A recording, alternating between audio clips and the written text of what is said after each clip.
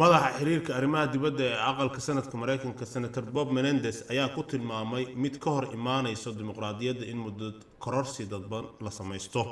qoraal uu barta Twitter ka soo dhigay Senator Bob Menendez ayaa ku sheegay in doorasho waqtigeeda la qabto ay muhiim u tahay dimuqraadiyadda.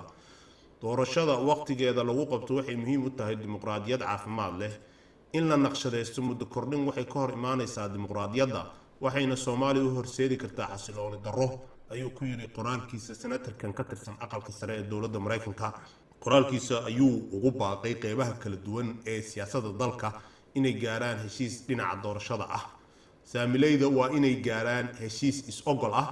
isku dayada lagu baalmarayo wada hadallada waa in si degdeg ah loo joojiyaa ayuu yiri madaxa xiriirka arrimaha dibadda ee aqalka sanadka Mareykanka Senator Bob Menendez. madaxa xiriirka arrimaha dibadda ee aqalka sanadka Mareykanka Senator Bob Menendez ayaa warka uu ka soo saaray muddo kororsiga ay ku dhaqaaqeen golaha shacabka waxay muujinaysaa in dowladda Mareykanku aysan raali ka ahayn tallaabada uu qaaday golaha shacabka.